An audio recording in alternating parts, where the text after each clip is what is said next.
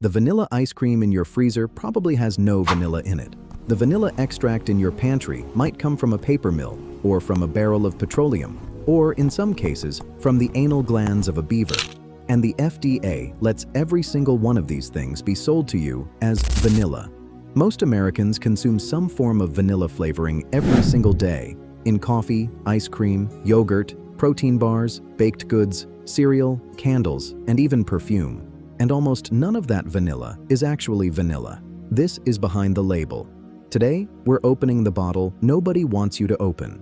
And by the end of this video, you're going to walk into your own kitchen and see 3 products you thought were vanilla and realize they never were. Let's start with what real vanilla actually is. Because most people have never seen it, real vanilla is one of the most expensive ingredients on the planet. Only saffron beats it. It comes from an orchid, Vanilla planifolia, a specific climbing orchid native to Mexico that only blooms for one single day per year. If it doesn't get pollinated that day, that flower is gone.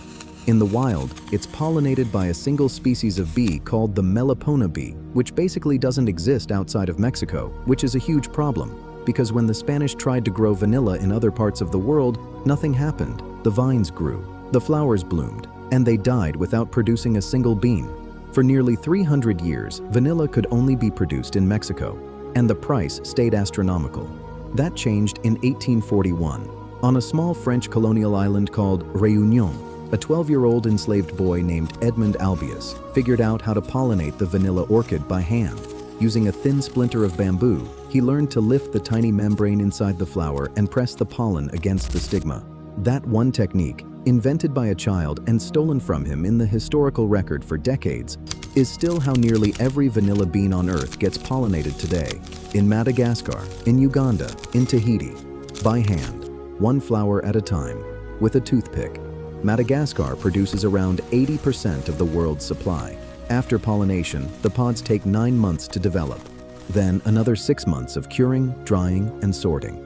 From flower to finished bean, you're looking at over a year of labor. And even after all that, only a small percentage of beans meet export grade.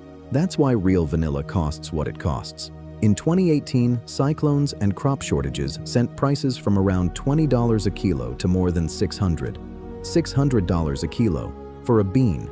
Silver, at the time, was cheaper by weight. And in Madagascar, that price crisis got so intense that farmers started sleeping outside next to their vines with machetes. Vanilla pods were being stolen off the plants at night. Farms started stamping serial numbers into individual green pods to prove ownership. Vanilla thieves were being killed by mobs in Malagasy villages. The New York Times covered it. The BBC covered it.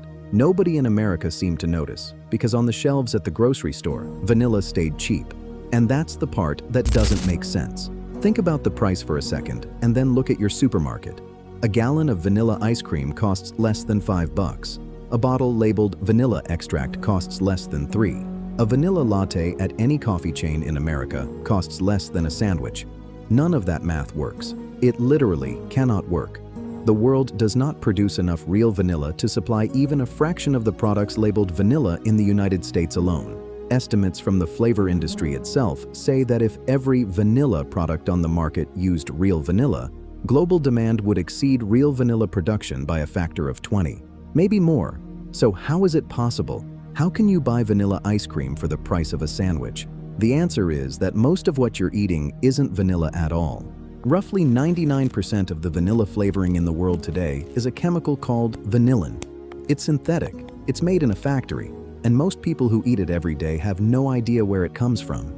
The first synthetic vanillin was made in 1874 by a German chemist named Wilhelm Haarmann, who figured out how to synthesize the vanillin molecule from a compound found in pine bark. That discovery basically ended the monopoly on real vanilla overnight. Today, there are 3 main industrial routes to make vanillin. The first is from guaiacol, a compound derived from petroleum.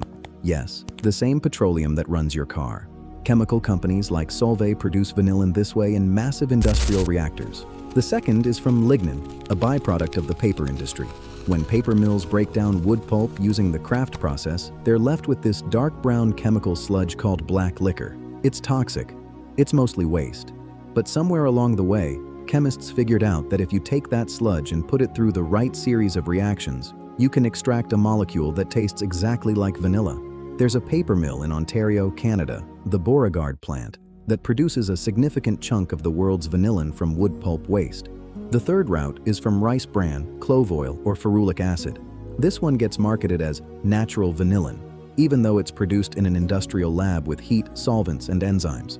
Any of these can end up in your ice cream, your yogurt, your protein bars, your candles, your perfume, your baked goods.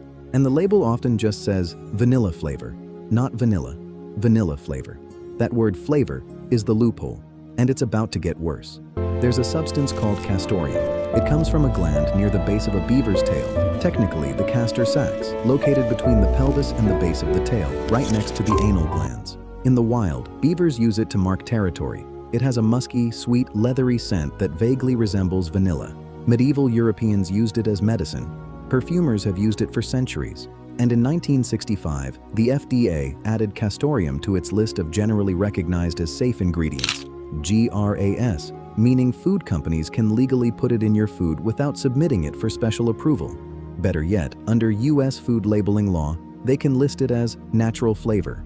Not beaver secretion, not castoreum, not gland extract, just natural flavor. Castoreum has been used to flavor vanilla ice cream, strawberry syrup, raspberry candy, and gourmet baked goods for decades. The volume is small. The FDA estimates only around 292 pounds are used per year in the United States. Because harvesting castoreum requires killing or anesthetizing a beaver and physically removing the gland. It's not scalable. But the fact that it's legally hidden inside two innocent words, natural flavor, on hundreds of thousands of labels is the point.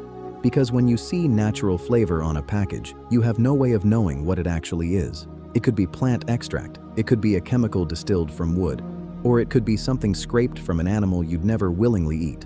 The label doesn't have to tell you, and it doesn't. Let's talk about how this became legal. The FDA defines natural flavor this way: any substance extracted from a plant or animal source whose primary function is flavoring rather than nutrition. That's it. That's the entire legal definition. By that standard, an ingredient made in a stainless steel reactor at 200 degrees Celsius, then filtered through solvents, distilled, purified, and shipped in a metal drum, can still legally be called natural, as long as it started with a plant or animal somewhere in the process. This is how synthetic vanillin derived from clove oil ends up on your label as natural flavor. This is how castoreum ends up on your label as natural flavor. This is how MSG derivatives, artificial tasting fruit essences, and even some laboratory-created compounds get sold to you under a word that means the opposite of what you think it means.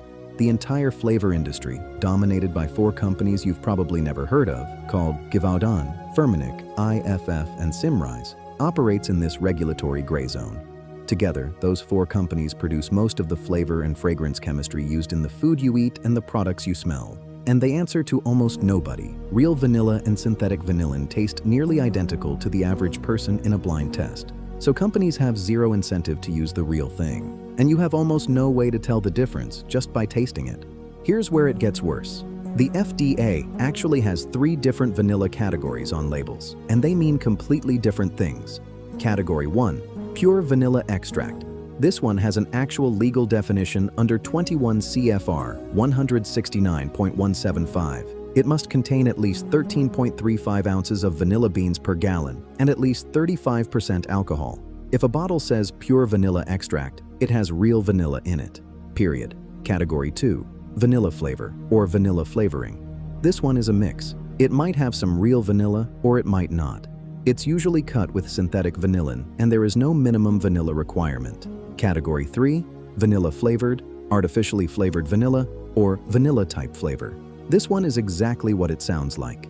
Zero vanilla, just chemistry.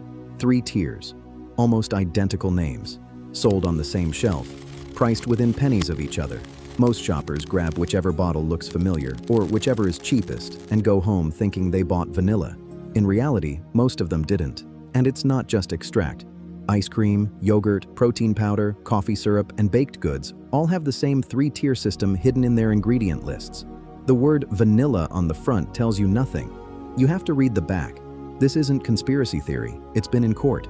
In 2020, a class action lawsuit was filed against Costco for labeling their Kirkland Signature Vanilla ice cream as vanilla, when the primary flavor source, according to the plaintiffs, was not real vanilla at all. Similar lawsuits have been filed against Wegmans, Whole Foods, Trader Joe's, Walmart, and dozens of smaller brands. Some got dismissed, some settled quietly, some are still active. But the pattern is clear across every case. Companies figured out that shoppers see the word vanilla and assume it means what it says. And current labeling law lets them get away with that assumption. The FDA has been aware of this for at least 15 years. Consumer advocacy groups have petitioned for clearer labeling. Legislation has been proposed. Nothing has passed. The flavor industry lobbies aggressively to keep natural flavor as vague as possible, because that vagueness is worth billions. The late chef Anthony Bourdain wrote about the vanilla trade for years. He described it as one of the most corrupted supply chains in the food industry, a chain where farmers get killed over a bean, and the actual bean ends up in almost none of the products carrying its name.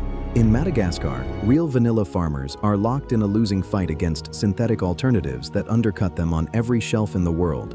So if you want actual vanilla, real vanilla, from a real orchid, from a real farmer, this is what to look for. On the front of the bottle, it must say the exact words, pure vanilla extract. Anything else? Vanilla flavor, vanilla flavoring, imitation vanilla, vanilla type flavor, is not the same product. Do not be fooled by the word natural. On the ingredient list, real vanilla extract will show 3 things: vanilla bean extractives, alcohol, and water. That's it. Sometimes a touch of sugar. If you see natural flavor or artificial flavor on the ingredient list of something labeled vanilla, it's been cut with something you can't identify. Real vanilla extract will cost you between $15 and $40 for a small bottle. If a bottle labeled vanilla costs $3, it isn't real vanilla. The math cannot work. And if you smell it, real vanilla has a warm, complex, floral, almost boozy note with an aftertaste that lingers.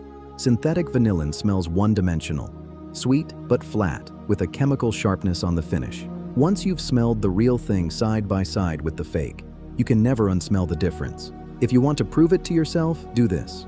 Buy 1 bottle of pure vanilla extract and 1 bottle of imitation vanilla flavoring. Put a single drop of each on the back of your hand. Wait 5 minutes, then smell them again. The imitation will be gone. The real vanilla will still be there. None of this, the synthetic vanillin, the castoreum, the natural flavor loophole, makes any of these ingredients dangerous. That's not the point. Synthetic vanillin will not hurt you. Castoreum will not hurt you. Both are FDA approved. Both are considered safe. What matters is that you're being lied to. You're paying premium prices for products that market themselves as vanilla, while the actual ingredient inside is a petroleum derivative, or a paper mill byproduct, or a substance scraped from an animal. You deserve to know what you're eating. Every time you buy something labeled vanilla, you should know exactly which of the 3 categories it falls into, and what natural flavor means on that specific package. Because right now, the flavor industry is betting that you won't check, and they're right most of the time. So here's your homework. Go to your kitchen right now. Pause this video if you have to. Grab any product with the word vanilla on it: ice cream, yogurt, extract, coffee creamer, protein bar, cereal, candle, anything. Flip it over. Read the ingredient list. Look for the exact words pure vanilla extract versus vanilla flavor versus natural flavor. You will be surprised, maybe uncomfortably so.